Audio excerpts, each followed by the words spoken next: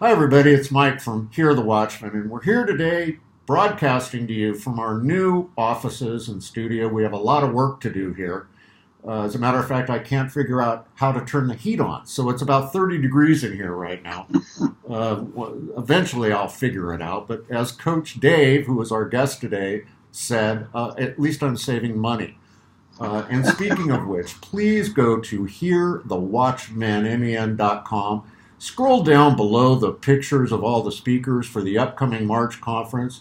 And we have a GoFundMe page listed there and a little bit of our story. We need your help to continue to take the word of Christ across this country and also across the world. Jeannie and I take no salary, and we funded this 100% on our own. And we need your help to build this office out and to take Hear the Watchman up a notch. So please, if you can, throw $1 in the basket and help us out.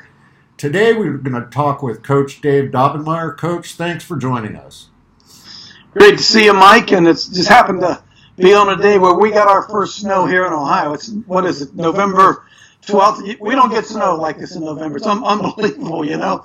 But I know some of the stuff that you guys deal with up there, but I just want you to know my teeth are chattered down here today as well. It's about 18 degrees, couple inches of snow. Mike, it's only the 12th of November, man. Come on here. What's going on, Dave? I mean, people say they're manipulating the weather and all that. Whatever they're doing, stop it. It's cold. Well, you know, Mike, a lot of times I use on my own show the old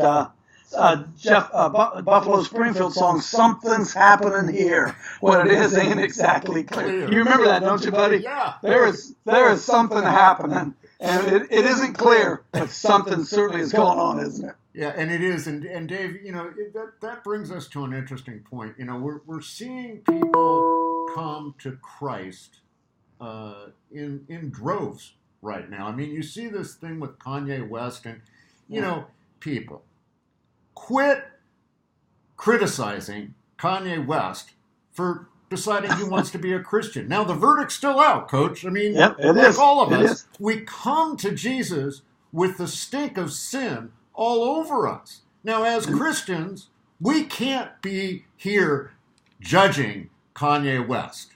That's not our job. Mike, what do you think about all that, Coach? From my opinion, from my position on it, I've been talking about it quite a bit on my show. Number one, Jesus is the most searched name on Google. Did you know that, Mike? Yeah. When he came out with that album, Jesus was the most searched name. Now, somebody tell me how that can be bad. He's speaking out against abortion. He's speaking out against homosexuality. He's speaking out against all those things that you think the pastors ought to be speaking out of. Now, listen, this is really critical. I'm not on the Kanye bandwagon yet, but the truth of the matter is there are people now who are going to be reached with the gospel because of Kanye West that I would have never reached, Mike. You would have never reached. No. LA would have never reached those guys, right? No. West Isar would have never reached those guys. Now, here's the job of the church. We got to step in now with these people, start a conversation with them about Kanye and about Christianity, and try to lead them to the truth. If we think Kanye is now going to be a popular preacher now? Is he going to become the new brand of Christianity? Brother, I hope not. But the opportunity for the rest of us, they're running out of Bibles. Did you see that, Mike? Yeah, I did. One of these organizations running out of Bibles, right? Yeah. It's amazing. I mean, and yet, like you said, the verdict is still out. I mean, but it's not our job to judge him. That's not what Christ would want. I mean, Listen, when you first were saved, and I'm talking to our audience out there, when you were first saved, I mean, what if people came up to you and said, whoa, you're the Antichrist, and oh my God, you did all this bad stuff, and you said all these bad things before. Well, of course you did. I mean, you're coming to Christ. You're supposed to get down on your knees and repent. I was saved on the floor of a jail cell, folks. I mean, that's where I was saved. Not where I wanted to do it, not what I planned with my life, but that's where I ended up, and that's where I got saved. So cut him a break. Coach, we are seeing across America a whole new wave of people coming to Christ. What do we need to do as, for lack of a better term, seasoned Christians? What do we need to do with these people? We have to engage, Mike. And first of all, whether or not there are new people coming to Christ, here's what I'm telling as many people as I can influence. We have to, our voice in the public square has to begin once again to be raised and listened to. And I tell people everywhere I go, man, you have got to open your mouth. Now, Mike, here's the way I see things. We are now 358 days, my math could be off one, from the re-election of Donald Trump or the non-re-election of Donald Trump. 358 days, buddy. And you've been around the world long enough to look out there and understand there's some serious things out there waiting on us. Isn't there, Mike? A year from now, if Trump is reelected, all hell's going to break loose. And if he's not reelected, all hell's going to break loose. So now's the time that we can't at this time sit back and wait and watch, brother. We have got to get actively engaged, saying things that for a long time have been uncomfortable for us to say. For the most part, Christians, conservatives are go along to get along kind of people. We don't want to offend anybody. We don't want to hurt anybody's feelings. But Mike, we are at war, and Christians in general have got to begin to stand up and say those things that for the last 20 or 30 years they have been taught not to say. We have to re-engage and get people to begin to think differently, Mike, because I think, as I said, something's happening here. There's something going on. Well, church, for the most part, has been missing in action. There definitely is. I mean, there's a movement. There's things happening out there, and you know, it's well, you're a coach. I mean, you can't be on the sidelines. You got to be in the game. No. You got to be in there, and you got to be doing the deal if you want to win. I've also told them, Mike, that they need to become somewhat of a lack of a better term, a thorn in their pastor's shoe.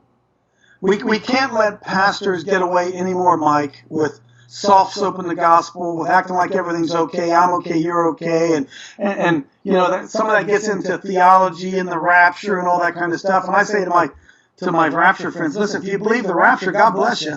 That ought to motivate you to get out. If somebody told you that an atomic bomb was about to go off in downtown in your local city, wouldn't you get on the phone and call everybody you know? So those people out there that you believe that the end is near, that we're in the last days, that Jesus is about to split the eastern sky, how can you sit quietly and not alert other people? So that's what I'm trying to say, man. Say to the pastor, stand up and tell us the truth. Get our people prepared because something crazy is coming down the pike. Yeah, amen. Now, Coach, talk to us a little bit about Pass the Salt Ministries. You guys are doing some incredible stuff, helping victims of disasters across the country. Talk to us a little bit about what you guys are doing. Well, you know, Mike, I'm still involved with trying to put together what we call these. We started an organization called the Salt and Light Brigade, and we're trying to put together we call them huddles, little batches of people all across America who are getting organized in their local communities. James Carville told us that all politics are local, and I still believe that to be the truth. And we're so overwhelmed with the media and Rush Limbaugh and Sean Hannity that we've now made everything national. And we've lost sight of the fact that right in our local town, Mike, we can still stop trannies from reading in our libraries. We can still make a difference right where we live. And the media makes everything so global and so Trump and so Pelosi and so Adam Schiff that we sit back and think, well, golly, there isn't anything I can do. What can I do? Well, brother, everything right in front of you can do. But you need to find like-minded people in your area who, you know, Mike, they're out there. People tend to not be very vocal. They tend to keep their thoughts to themselves, especially in this age of Trump against the world, you know. So conservatives have just gone silent. Mike, it doesn't work anymore. It doesn't work anymore. So we're working really hard to try to put like-minded people together in their local communities. I travel quite a bit, and I go and I try to get these little groups organized, and we're raising up an army all across America, and we're going to continue to redouble our efforts here, as I said, the next 58 days, whatever it is, brother. We got something waiting out on us on the horizon for sure. Yes, we do. And Coach, what is the website? How do people find you? Just CoachDaveLive.com. I tell everybody I'm Coach Dave, and I'm live, man. CoachDaveLive.com. We're doing a lot of different things, Mike. I went to, a lot of people aren't aware of this. Last spring, I went to Hillary Clinton's house, 15 Old House Lane in Chappaqua, New York. And I went back there 3 different times. And I took 70 people with me one time. I took another 70 people with me on the 4th of July. We were there when she marched in the parade. She and Bill and Cuomo, we were there. And we were demanding that she be arrested, not arrested, but charged. We know that James Comey already told us at least 3 felonies that she had committed, and we're saying there's unequal justice in America. So we've really been pushing that thing hard, trying to get people out and engaged. We go and do what I call honking waves. We go stand on the corner and hold "Make America Great Again" signs and wave at people and honk at them, and just trying to encourage people that there are more of us than there are of them, Mike. But we can't sit back silently and expect to win this war. And it is a war, brother. It's a war for sure. Oh, there's no doubt. We have one of our brothers, Field McConnell, who was recently arrested, arrested for speaking the truth about, child trafficking, about pedophiles, and he was arrested, and he's in jail right now. We did an interview with him yesterday from jail. So Mike, they have framed. They're framing the president of the United States, right? It's nothing to frame Field McConnell. This kind of stuff's going on, and here's what I warn people of.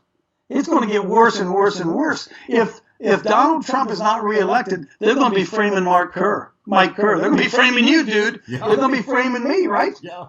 It's going to be payback time. And I can't tell people the urgency of the time in which we live. Truth has fallen in the street, the Bible says, and it cannot get up. We got to help the truth get up, Mike. Yeah, we got to wake up America is what we got to do, and we got to get back to, we got to bring God back into America. We have to go back to the fundamentals that this country was founded on, which were the commandments. We got to get back to that, and we've got to live life as Christians and help one another and stand up for what's right and fight what is wrong. Now, Coach, you're going to be at Hear the Watchman, Dallas. It'll be our 5th year.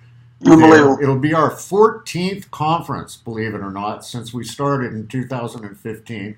And you're going to be there. It's March 5th through the 8th, folks.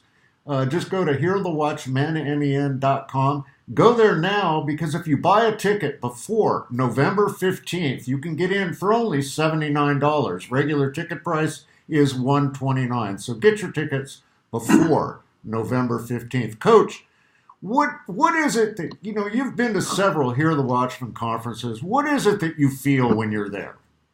The fellowship, Mike. The fellowship. And I want to stick up for you here a minute as a guy. We put our own conference on out here. People don't have any idea how much these things cost to put on, Mike. They don't have any idea. The speakers, most of the speakers don't come to make money. You pick up their expenses, their hotel room, their flight, their food. You pick all that stuff up. And just think about what 3 nights in a hotel costs for a couple, and there you get an idea of what's going on. But the thing that I love most about them every time I go is, Mike, I don't agree with all the speakers, and a lot of them probably don't even like me. I'm kind of bombastic and a lot, right? But brother, that's my fishing hole. Those are people who are there, who understand something is wrong, and they've come because they feel isolated, they feel like they're church orphans, and they're looking for like-minded people. And I think that's the greatest service that you and Jeannie have provided, that you begin to bring those people together. And I love to come and throw my hook in there and see how many of them I can hook and help them get organized and moving in the right direction. So, yeah, you come and you get a lot of good information, and yeah, you learn about the moon and the stars and everything that's going on. Yeah, all that stuff's good. But ultimately, Mike, it comes down to me and you, and what kind of relationship are we in, and how can we pull others in and get them like-minded folks together. That's how I see the whole thing, and that's why we're always excited to be a part of it. Well, it's a real family, man. It's a real family affair. It is. That's the wonderful thing, folks. It is a family, and you can be a part of it. All you got to do is come. I mean, that's it. Yep. You just got to be there. And the thing is, what happens at our conferences, as Coach said, Jeannie and I don't necessarily agree with everything all the speakers say, but every speaker there loves Jesus. We're all on the same page when it comes to that.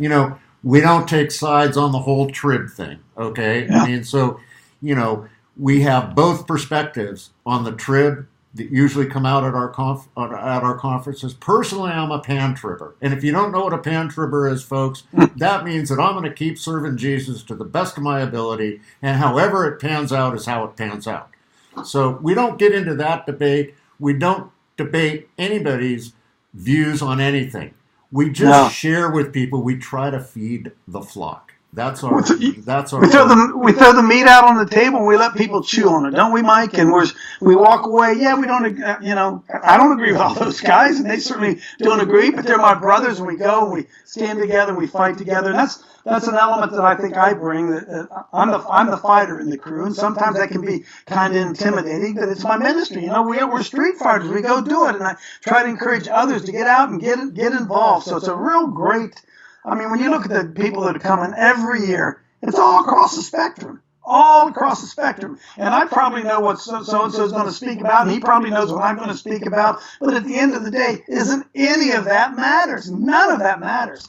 It's the relationships that we walk away from. And I can't tell you, even still today, Mike, you say it's been 5 years? First one you did was 5 years ago? I can't tell you the number of people that I can list that I met and I'm still in a relationship with from that first year of the Watchman Conference in Dallas. It's amazing. Well, it's what's really great, what makes Jeannie and I feel absolutely wonderful is you met people there in Dallas, and now you have a Salt and Lake Brigade team right there in Dallas. You have a very good, cohesive group of guys and gals there in the Dallas area doing the work of God. Isn't that right? We do, Mike. That's right. There's probably, they'll get together certain weekends, one weekend a month, sometimes 2 weekends, once every 2 months. They'll have 50 people that'll come to an event, right? And it's just, again, it's the fellowship. It's the people realizing that they're not alone and there are like-minded people out there. It's amazing. It's amazing. Folks, go to hearthewatchmen.com. Again, do it before November 15th. Save yourself a bundle of money. Come on out. Enjoy the fellowship. Enjoy what's going on. Be a part of the remnant body of Christ. Be there. The title, it's the Remnant Warrior Conference. You want to be there. Arm yourself. Get ready for the battle ahead. It's coming. Dave? By the way, Mike, that title made my heart beat fast, right? The Remnant Warrior. Oh my goodness, got that old ticker going. That's right. Get it going. Dave, thank you so much for joining us today. We're looking forward to seeing you again. Coach Dave Live. Go there. Just Google Coach Dave. You'll see all kinds of stuff. Don't believe the garbage. Just look at the good stuff. But go there. Find Coach Dave. Be a part of it. Get going. Coach, again, thank you so much. Looking forward to it, Mike. God bless you. Stay warm. We're going to try to stay warm. Folks, put $1 in the basket so I don't freeze to death here. But anyway, as I always say here on the Watchman's Report, there's nothing that you can't do with Jesus in your heart, except nothing at all. Get out there, get busy, activate your faith, and make a difference. We'll see you next time here on the Watchman's Report.